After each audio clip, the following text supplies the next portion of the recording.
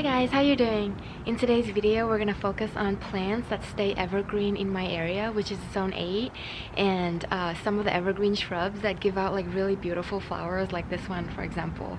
So we're gonna take a walk around and look around together. We're gonna start with this plant right behind me here. This is Camellia japonica.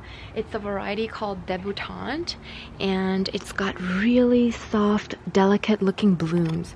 So let's take an up-close look at this plant. I live on the west coast of Washington, where winter is not too cold. It's actually kind of mild. It just rains a lot. Like today, for example, like it was pretty rainy earlier, but like just a drizzle, like not like pouring rain. And I love coming out to my garden right after it rains because I love seeing raindrops on my flowers or all my plants. And so this is Camellia debutante. Isn't that such a lovely shade of pink? It's so romantic. So there's another one there. Gorgeous. Each blooms lasts about 2 weeks. Like this one here that I showed you earlier, this one opened up on November 23rd, 2 days before Thanksgiving, and it literally fell off the branch like this morning, and today is December 7th, so 14 days that it stayed on. Absolutely amazing. And I see another one here. Yeah, this is such a beautiful double flower form, and the bloom is quite big. I would say it's about like the size of my palm. So Camellia japonicas, I keep this one in a container that's about 16 or to 18 inches tall and wide. This plant likes acidic soil, so when I planted this, I made sure I added a little bit of like soil acidifier to the potting mix. And I've had this plant for about just a little over a year. I got it like last fall or last winter, and it came with a few buds that kind of opened up, and I saw like 2-3 flowers on this plant last year, but I think it's pretty happy in this soil because it's really forming like quite a lot of buds for me this year. If you could see all around the plant. Let me walk around to give you like a 360. When I first got it, this plant was about like 2.5 feet tall, I think, and right now it's sitting at 4.5, so it's like kind of moderate growth. It is a young plant, so the stems are like really flexible right now, and I read this article that said that camellias could be easily trained into espalias if you want to grow them along the fence or something like that, and they'll look really beautiful. So that's how beautiful this plant is. Really nice and glossy green foliage that stays like that all year. And then the second plant that I want to show you is my Gardenia. This is a variety called Frostproof. I think Frostproof is the variety's name. I keep this one in a container as well. This container is about 18 to 20 inches wide and about 16 to 18 inches tall. It also loves acidic soil, so the same thing that I did with my camellias, I added a little bit of soil acidifier when I planted, and I see this bud that is, I think, is about to open. I had no clue that gardenias bloom in the winter as well. I got this plant in May of this year, and it already came with a bunch of buds, and like they bloomed really well for me, but I literally thought that that was it for them, that they were only gonna bloom like that one time and I would have to wait until next spring to see the blooms. But it might not be the case, you guys. I'm not sure. I see a lot of buds here, like, and this is only December, so who knows, like they might start opening up in like January and stuff.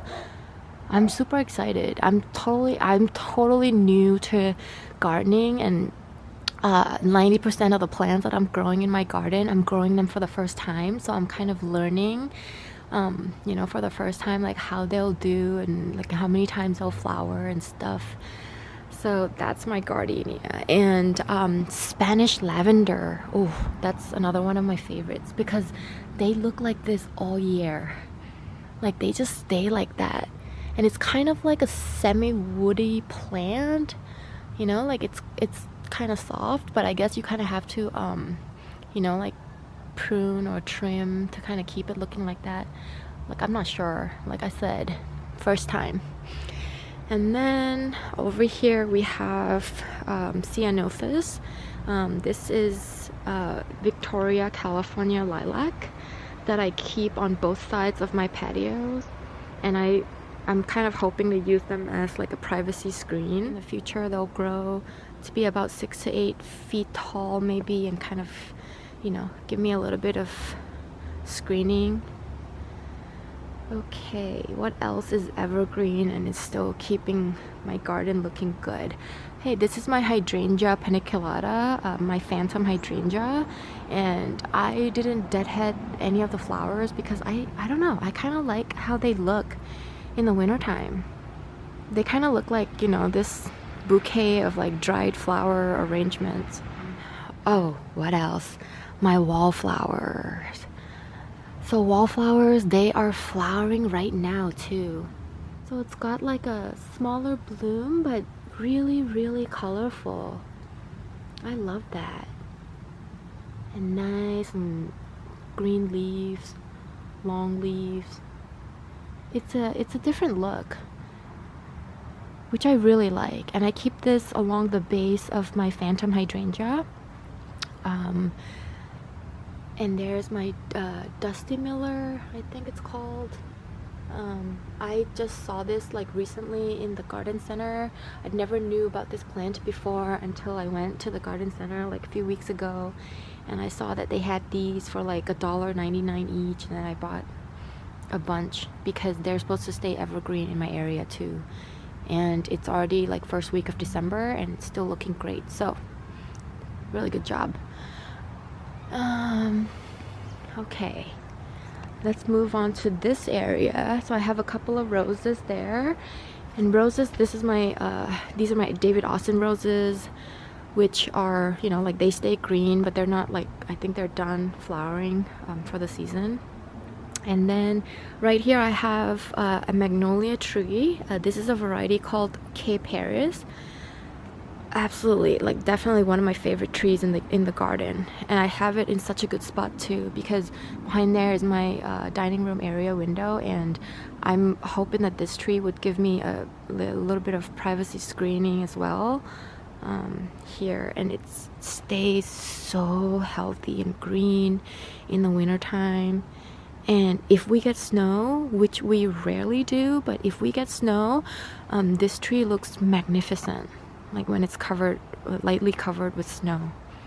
So it's really, really great. I'm so thankful to be living in zone 8 because even though we're not in the south, we get to enjoy a lot of the plants that they grow in the south, like camellias, gardenias, magnolias. This is a nice little compact shrub called Rudolph euphorbia, and it's one of the best plants to grow for winter interest because of these little red bracts on top of the stem.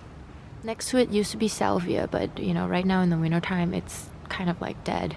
So that's why, like, you know, you have to, when you have a small space, you kind of have to pick and choose between, you know, showy flowers and evergreen plants and kind of like mix them together so that in the wintertime, like, you know, this area doesn't look too bare.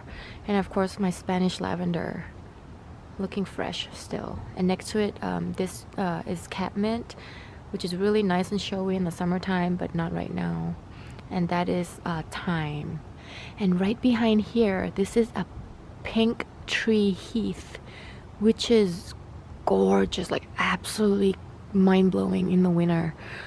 It is a form of a tree that has kind of like, you know, like delicate looking like weeping branches, and it's a heath in that it blooms in the winter and it turns really, really pink.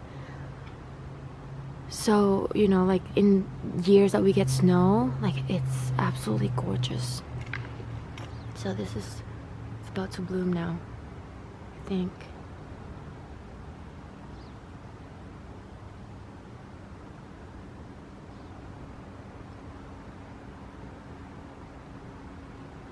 Oh, that's an odd bud of my rose.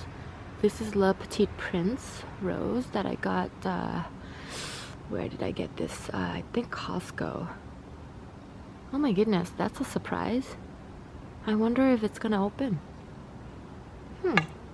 Interesting.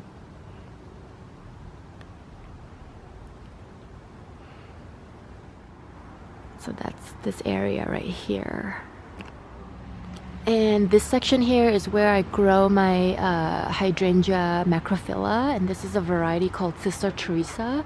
And underneath her, kind of like around on the sides, I grow like ground covers, candy tuft, which is also blooming right now, or starting to bloom right now. I didn't deadhead my hydrangeas because I kind of like how, you know, this shrub looks in the winter with all the flowers still on.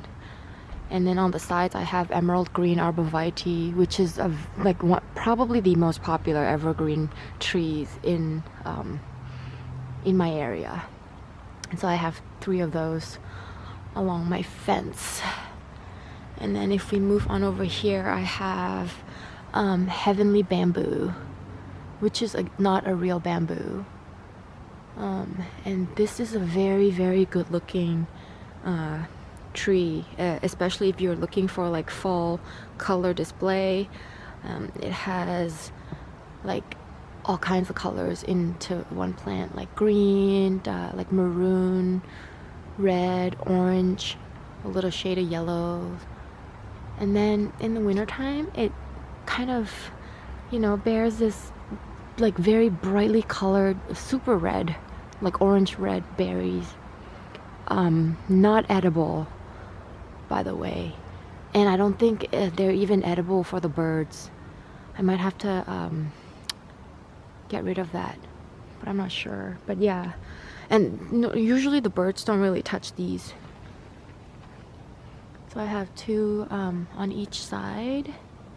So those trees also last all year. And then here's another one of my favorite magnolia trees, like similar to Cape Harris that I just showed you. This is Little Gem, and they're too young. They're both too young for me to be able to tell the differences between the 2 varieties. But so my Little Gem I've only had for a year now. I planted them in the spring of this year. So no, sorry, it hasn't even been a year. It's been only like 8 or 9 months. So same characteristics, glossy green leaves on top and like fuzzy brown undersides, like that. And oh wow, I see a little bud here. Ooh. Is this going to open in the wintertime too? I'm really surprised, you guys. I have a lot of plants that like flower in the winter, which like, to me, you know, it's cold and they shouldn't even be flowering, but some of them are. I want to show you this tree. Even though this is not an evergreen tree, it is blooming in December. This is a cherry blossom tree. I am not sure of the variety. I will have to look it up when I go back inside. But the blossoms come out twice a year. First time in spring, like mid to late spring, and another time right now, like late fall, like November to December. It is gorgeous. I love cherry blossoms.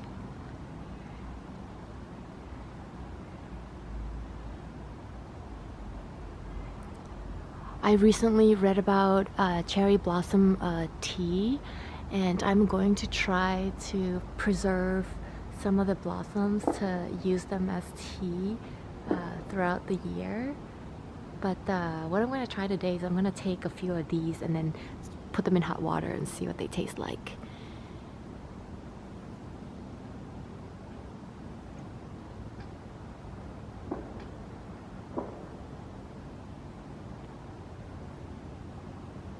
My cherry blossom tree is still pretty young. It's a 3rd growing season, but it's a moderate growing tree, I would say. I can't wait for this tree to grow like bigger and better Can't wait to see what's gonna look like 5 years from now. Having evergreen plants in your garden is one of the ways to keep the show going and keep your garden looking interesting all year round. So if you're new to gardening like me, and if you're just kind of designing your garden and deciding what to put in your garden, my advice to you is to go to the garden center at different times of the year to take a look at, you know, like different plants in like each season, like spring plants, summer plants, fall plants, and even winter plants. That way you'll have a mix of everything. When I started out my first year, I went to the garden center at the peak of the growing season, like, you know, like in like mid to late spring or like early summer is when all these showy flowers are there, and I was lured into, you know, like buying all these beautiful showy flowers that last only in the peak of the growing season. Now when late fall arrived and winter arrived, I realized that my garden looked so dead and it looked so bare, and I just didn't like the look of my garden at all. So the following year I went back to the garden centers in the fall and winter, and I got exposed to all these other different types of evergreen shrubs that I never even knew existed, or I never knew last in my area. Especially if you have a small size garden like I do, like a backyard garden, you want to like mix like evergreen and deciduous plants together in the same beds. So yeah, that's it about me today, you guys. I hope you enjoyed my video. See you next time.